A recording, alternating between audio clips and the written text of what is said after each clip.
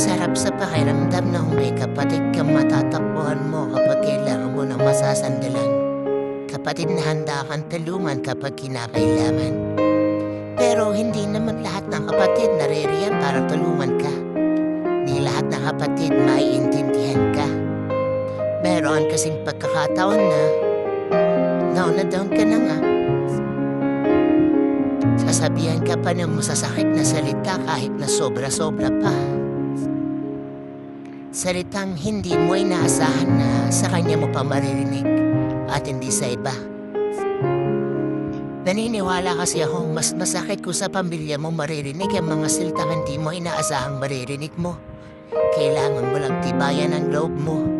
Dahil wala man sa pamilya mo ang makakaunawa sa'yo, sigurado akong may isang tao ang siyang uunawain ka na hindi mo inaakala.